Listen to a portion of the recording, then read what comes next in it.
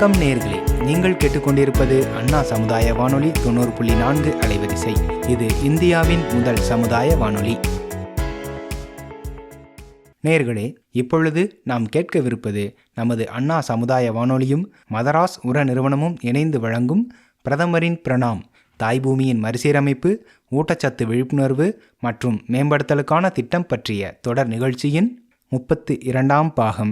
இன்றைய நிகழ்ச்சியில் மல்பெரி சாகுபடியில் அங்கக உரங்களின் பயன்பாடு குறித்தும் தென்னை பயிர் பாதுகாப்பில் உயிர் எதிர்கொல்லிகளின் பங்கு குறித்தும் விளக்கவிருக்கிறார் மதராஸ் உர நிறுவனத்தில் உர விநியோகத்துறை மேலாளராக பணிபுரிந்து கொண்டிருக்கும் திரு கணபதி அவர்கள். வாங்க நிகழ்ச்சியை கேட்கலாம். தமிழக வேளாண் பெருமக்களுக்கு வணக்கம். இன்று மல்பெரி சாகுபடியில் அங்கக உரங்களின் பயன்பாடு என்ற தலைப்பில் சில கருத்துக்களை உங்களுடன் பகிர இருக்கிறேன். மல்பெரி செடியானது பட்டுப்புழுவிற்கு உணவாக பயன்படும் ஒரு பலபருவ தாவரம். தமிழகத்தில் சுமார் 5000 ஏக்கர் நிலப்பரப்பில் பயிரிடப்பட்டு வரும் இச்செடியானது 25,000க்கும் மேற்பட்ட மக்களுக்கு வாழ்வாதாரமாக விளங்குகிறது. இந்த மல்பெரி பயிர் கிருஷ்ணகிரி, தருமபுரி, சேலம், ஈரோடு, திருப்பூர், கோவை மற்றும் வேலூர் போன்ற மாவட்டங்களில் அதிக அளவிலும் ஏனைய மாவட்டங்களில் குறிப்பிடத்தக்க அளவிலும் பயிரிடப்படுகிறது.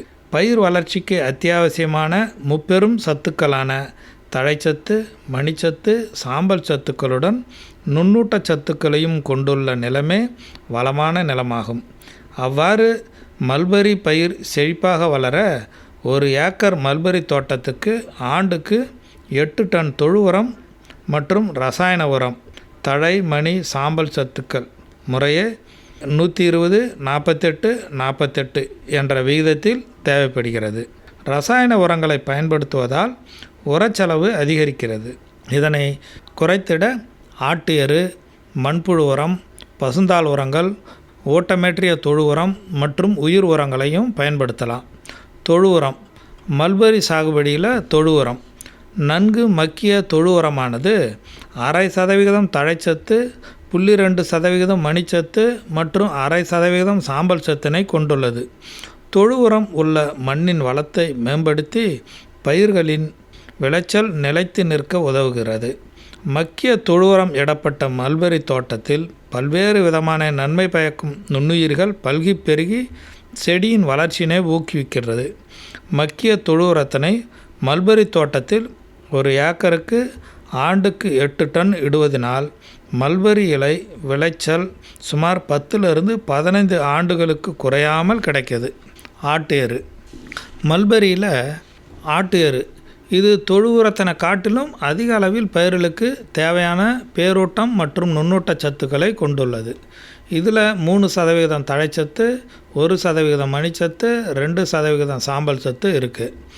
ஆட்டு எருவினை நன்கு மக்கச் செய்து மல்பெரி தோட்டத்தில் இடுறதுனால மண்ணின் உயிரோட்டம் பாதுகாக்கப்பட்டு தாவர வளர்ச்சி அதிகரித்து இலை விளைச்சல் உயருது. மண்புழு உரம்.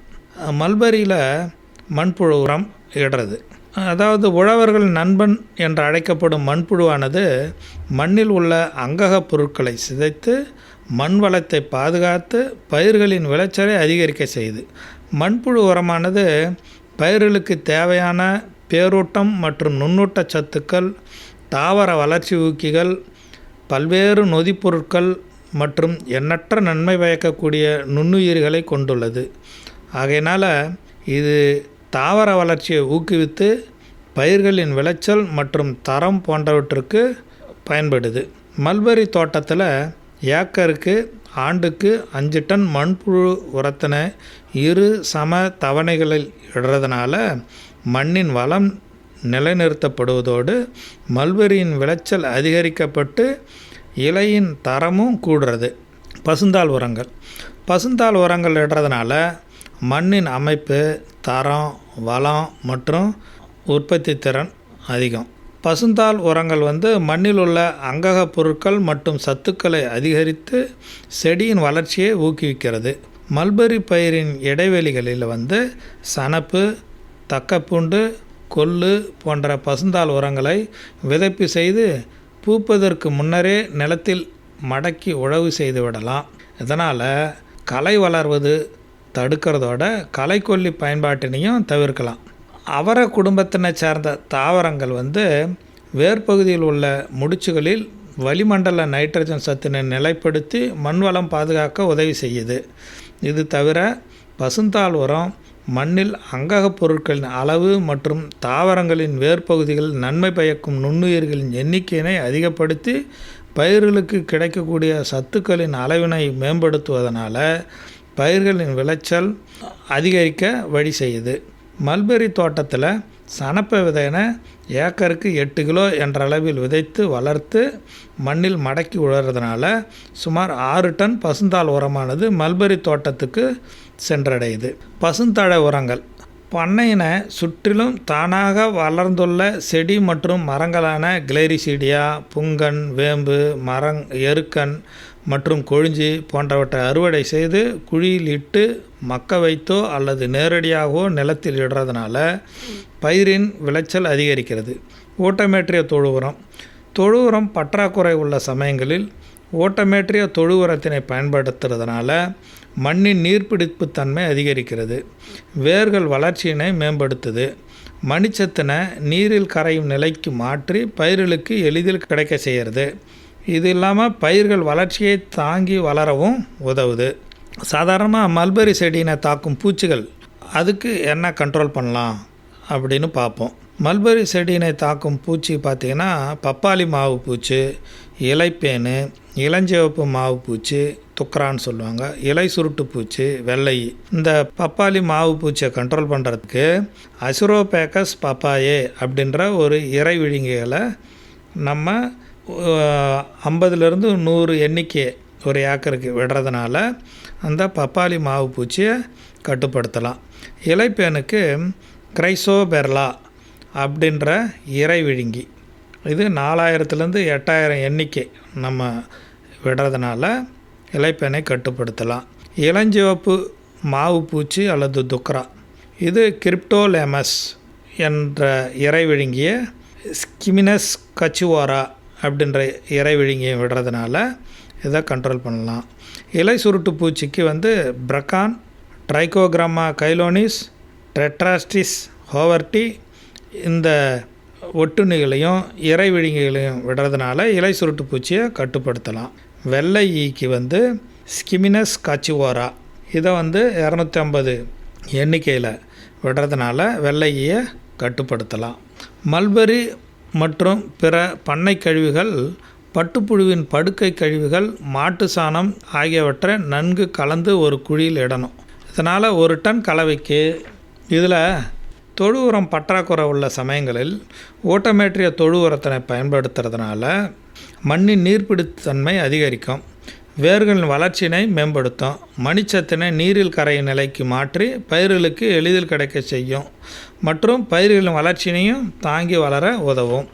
மல்பெரி மற்றும் பிற பண்ணை கழிவுகள், பட்டுப்புழுவின் படுக்கை கழிவுகள், மாட்டு சாணம் ஆகியவற்றை நன்கு கலந்து ஒரு குழியில் இடணும்.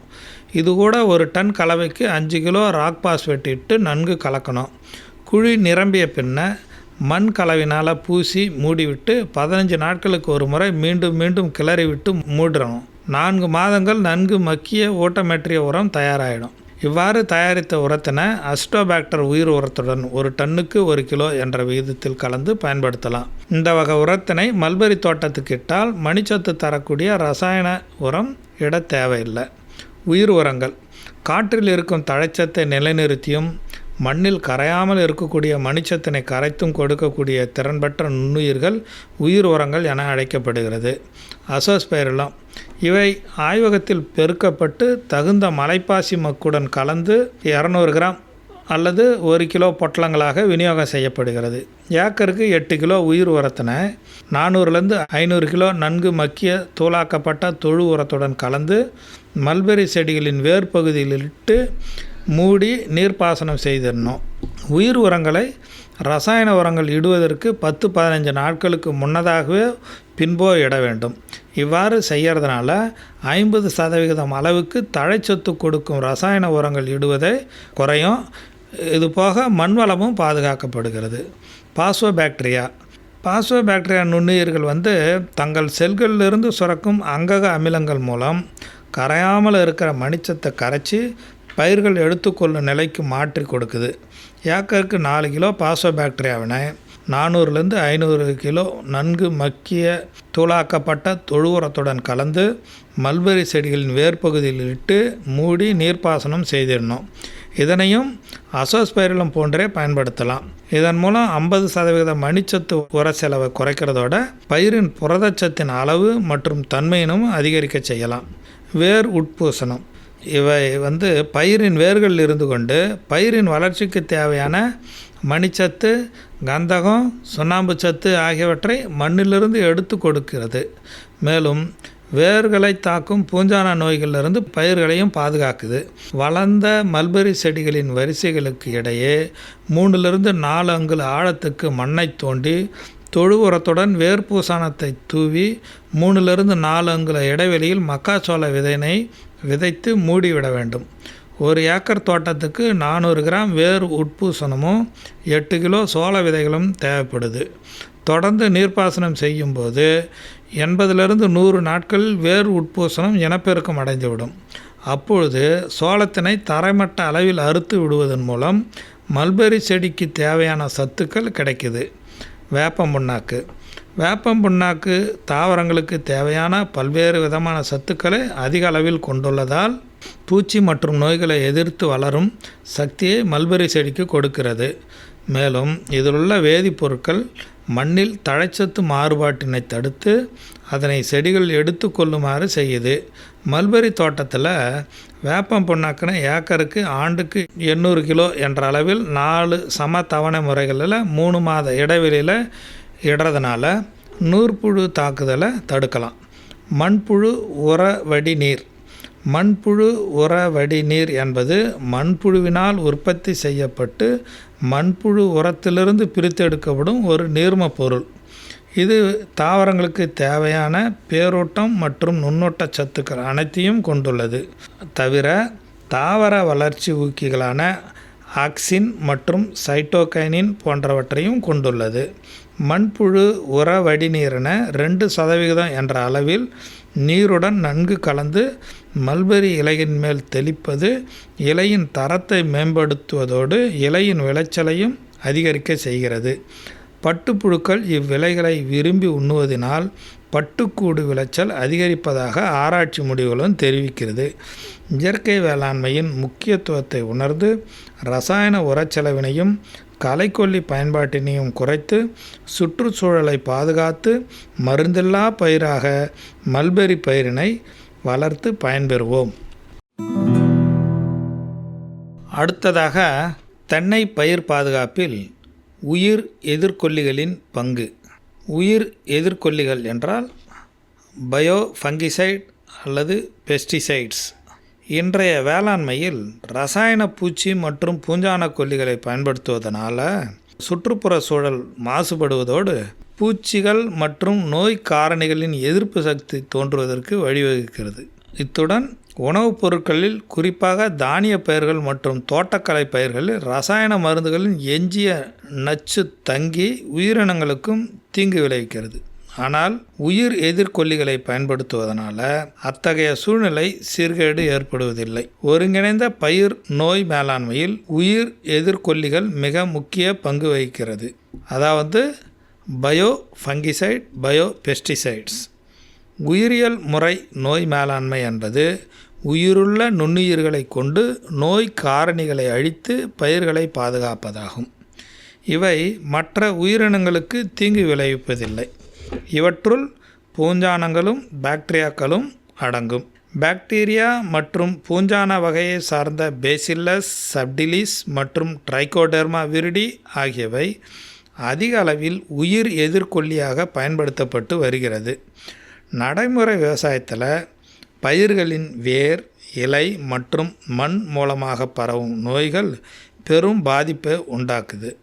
விவசாயிகளுக்கு நோய்கள் பற்றிய முழுமையான தெளிவு இல்லாததால் சரியான நோய் தடுப்பான்களை பயன்படுத்தாமல் பயிர்கள் நோய் தாக்குதலுக்குள்ளாகி குறைந்த முளைப்பு, குறைந்த வளர்ச்சி, நோய் தாக்கிய நாற்றுகள் மற்றும் குறைந்த விளைச்சல் போன்ற பாதிப்புகள் ஏற்படுது. நோய் தாக்குதல் அதிகம் ஏற்படும் சூழ்நிலையில் பயிர்கள் முழுவதுமாக பாதிக்கப்பட்டு முழுமையாக பயிர் இழப்பு ஏற்படுது. ரசாயன பூஞ்சான கொல்லிகளை விட இந்த நுண்ணுயிர் நோய் தடுப்பான்களை கொண்டு நிவர்த்தி செய்யலாம். தென்னை குருத்தழுகல். தென்னையில் குருத்தழுகல் நோய், அடித்தண்டழுகல் நோய், சாறு வடிதல், இலைக்கருகல் நோய், சாம்பல் இலைப்புள்ளி நோய், கேரளா வேர்வாடல் நோய் மற்றும் இலை அழுகல் நோய் ஆகியவை முக்கியமாக தோன்றக்கூடிய நோய்களாகும். இதனால் தென்னையில் விளைச்சல் இழப்பு பெரிதும் ஏற்படுகிறது. இத்தகைய சூழ்நிலையில் நோய்களிலிருந்து தென்னையை பாதுகாப்பது என்பது மிக முக்கியமாக கருதப்படுது. ஆகையினால் உயிர் எதிர்கொல்லிகளான பேசிலஸ் சப்டிலிஸ் மற்றும் ட்ரைகோடெர்மா விரிடி ஆகியவற்றை பயன்படுத்தி தென்னையை நோய் தாக்குதலிருந்து பாதுகாக்கலாம். தென்னையை தாக்கும் முக்கிய நோய்கள் என்னென்னு பார்த்திங்கன்னா, குருத்தழுகல் நோய். இந்த நோய் பொதுவாக இளம் கன்றுகளை தான் அதிகமாக தாக்கும். குறிப்பாக இந்நோய் மழைக்காலங்களில் அக்டோபர்லேருந்து டிசம்பர் வரைக்கும், பனிக்காலங்களில் ஜனவரியிலிருந்து பிப்ரவரி அதிக அளவில் காணப்படும். இந்நோயின் முதல் அறிகுறியானது குருத்து பகுதி இலைகள் மஞ்சளாகி பழுப்படைந்து விடும். அவ்வாறு காணப்படும் மரக்குருத்தின் அடிப்பகுதி அழுகி துர்நாற்றம் வீசும். இவ்வாறு பாதிக்கப்பட்ட குருத்து பகுதியை இழுத்தால் எளிதாக குருத்து வெளிவந்துவிடும். தென்னை அடித்தண்டழுகல் நோய் அல்லது தஞ்சாவூர் வாடல் நோய். இந்த நோய் தஞ்சாவூர் மாவட்டத்தில் முதலில் பரவி பெருமளவு விளைச்சலை பாதித்ததால் இந்நோய் தஞ்சாவூர் வாடல் நோய் என்றும் தென்னை அடித்தண்டழுகல் நோய் என்றும் அழைக்கப்படுகிறது. முக்கியமாக அறிகுறி சொல்லப்போனால், முதல்ல அடிமட்டைகள் மஞ்சளாகி மரத்துடன் ஒட்டி தொங்கி கொண்டிருக்கும். அதுவும் இல்லாமல் மரத்தின் அடித்தண்டு பகுதியில் செம்பழுப்பு நிறத்தில் சாறு வடிந்து பின்பு காய்ந்து விடும். நோய் முற்றிய நிலையில் மழைக்காலங்களில் தண்டின் அடிப்பகுதியில் காளான் போன்று நோய் காரணிகள் பூஞ்சான் வித்து காணப்படும். இந்த மாதிரி ஒரு அறிகுறிகள் தென்பட்ட மரம் 1.5 ஆண்டுக்குள் இறந்து போயிடும். சாறு வடிதல் நோய். இந்நோய் மரத்தின் தண்டு பகுதியை சுற்றியே காணப்படும். மரத்தின் தண்டு பகுதியில் இருந்து மரத்தின் மேற்பகுதி வரை சிறிய வெடிப்புகள் தென்படுவதுடன் அதிலிருந்து செம்பழுப்பு நிற சாறு வடியும். நோய் முற்றிய நிலையில் தண்டு பகுதி முழுவதும் சேதமடைந்து தென்னை மரம் சரிந்துவிடும். இலைக்கருகல் நோய். தென்னையில் இலைக்கருகல் நோய் இது பொள்ளாச்சி பகுதியில் அதிகமாகவும் பிற மாவட்டங்களில் இந்நோயின் தாக்குதல் குறைவாகவும் இருக்குது. இந்த இலைக்கருகல் நோய் இளங்கன்றுகள் மற்றும் முதிர்ந்த மரங்களை தாக்கும். இந்நோயின் அறிகுறியானது இலை, மட்டை மற்றும் காய்களில் இருக்கும். முதல்ல இந்நோயின் இலையில் நுனியில் ஆரம்பித்து பின்பு இலையின் அடிமட்டை வரை செல்லும். இலையின் நுனிப்பகுதி கருகி சுருங்கி பின்பு கீழ்நோக்கி வளைந்து சாம்பல் நிறத்தில் காணப்படும். நோயின் தாக்குதல் அதிகமாகும் போது இலைகள் காய்ந்து கருகிய தோற்றத்துடன் காணப்படும். கோடை காலங்களில் இந்நோயின் தாக்கம் அதிகமாக காணப்படும். காய்களின் நுனிப்பகுதியில் பழுப்பு நிற புள்ளிகள் தோன்றி நாளடைவில் பெரும்பாலான பகுதிகளை இப்பூஞ்சானம் ஆக்கிரமித்து கொள்ளும். இதனால் காய்கள் சுருங்கி காணப்படும். இலைப்புள்ளி அல்லது சாம்பல் இலைப்புள்ளி நோய். இந்நோய் பொதுவாக தென்னையில் முதிர்ந்த இலைகளில் காணப்படும். முதலில் சாம்பல் நிற வட்ட வடிவ புள்ளிகள் தோன்றி பின்பு இப்புள்ளிகள் ஒன்றோடு ஒன்று கலந்து இலையின் பெரும் பகுதியை பாதிக்கும். நாளடைவில் இப்புள்ளிகளின் மையப்பகுதியில் கருமை நிற பூஞ்சான வித்துகள் காணப்படும். அப்புறம் கேரளா வேர்வாடல் நோய். தென்னை மரத்தில் உள்ள மட்டைகளின் இலைகள் மஞ்சள் நிறமாக மாறி இலை மடல்களின் ஓரங்கள் கருகி கீழ்நோக்கி வளர்ந்து காணப்படும். இது மனிதனின் விலா எலும்பு போல காட்சியளிக்கும். இலை மடல்களில் கருகிய பகுதிகள் அதிகமான காற்று அல்லது மழையின் போது மரத்திலிருந்து உதிர்ந்து விடுறதுனால குச்சிகள் மட்டும் நீட்டி கொண்டிருக்கும். இந்த 2 அறிகுறிகளும் நோய் முற்றிய நிலையில் உள்ள மரங்களில் அதிகமாக காணப்படும். இலை அழுகல் நோய். தென்னையில் பொதுவாக இந்நோய் வேர்வாடல் நோய்களுடன் சேர்ந்தே காணப்படும். வேர்வாடல் நோயால் பாதிக்கப்பட்ட மரம் பலவீனம் அடைந்து காணப்படுவதனால பல பூஞ்சானங்களின் தாக்குதலுக்கு உட்படுவதால் இலை அழுகல் நோய் ஏற்படுது. இந்நோய் காற்றில் உள்ள பூஞ்சானங்களான எக்ஸரோசைலம் டார்சிகம், கொலிட்டோட்ரைக்கம் மற்றும் பிசோரியம் ஆகிய பூஞ்சானங்களால் ஏற்படுது. இந்நோயால் தளிர் இலைகள் நுனியிலிருந்து கருகத் தொடங்கும். நோய் கடுமையாகும்போது இலையில் இணுக்குகள் முழுவதும் பாதிக்கப்பட்டு இலை காம்பின் நுனி கருகி பொடிந்து காணப்படும். இந்நோய் அனைத்து வயது மரங்களையும் தாக்கும். உயிரியல் முறையில் நோய் கட்டுப்பாடு எப்படி பண்ணுறது? இப்போ இந்த நோயை பற்றியே சொல்லியாச்சு. இதை எப்படி நம்ம கட்டுப்படுத்துறது? ட்ரைகோடெர்மா அஸ்பெரில்லம். ட்ரைகோடெர்மா அஸ்பெரில்லம் என்பது பூசண வகையை சேர்ந்த உயிர் எதிர்கொல்லி ஆகும். இதனை பவுடராக தயாரித்து ஆராய்ச்சி நிலையத்தில் விற்பனை செய்கிறாங்க. இந்த பவுடரை 120 நாள் வரை வைத்து பயன்படுத்தலாம். இதனால் மரத்தினை மண் மற்றும் வேர் மூலம் பரவும் நோய்களிலிருந்து அதன் ஆயுட்காலம் முழுவதும் பாதுகாக்கலாம். ட்ரைகோடெர்மா அஸ்பெரில்லம் பயிர் நோய்களை நேரடியாகவும் மறைமுகமாகவும் கட்டுப்படுத்துது. இது ட்ரைகோடெர்மின், ட்ரைகோவிரிடின், செஸ்குடெர்பினா, ஹெப்டாலிஸ் அமிலம் மற்றும் டெர்மாட்டின் போன்ற நோய் எதிர்ப்பு பொருட்களை உற்பத்தி செய்து தென்னை மரத்தில் ஏற்படும் நோய்களை நேரடியாக கட்டுப்படுத்துது. ட்ரைகோடெர்மா அஸ்பெரில்லம் நோய் கிருமிகளை எதிர்த்து அழிப்பதுடன் தென்னை மரத்தின் வேர் மற்றும் வளர்ச்சிக்கு தேவையான ஹார்மோன்கள் மற்றும் பிற வளர்ச்சி ஊக்கிகளை சுரப்பதனால மரத்தின் வளர்ச்சி மற்றும் விளைச்சலையும் அதிகரிக்க செய்கிறது. இது பிற பாக்டீரியா நுண்ணுயிர் உரங்களுடன் மற்றும் பிற நுண்ணுயிர் நோய் தடுப்பான்களுடன் கலந்து பயன்படுத்தலாம். Bacillus subtilis.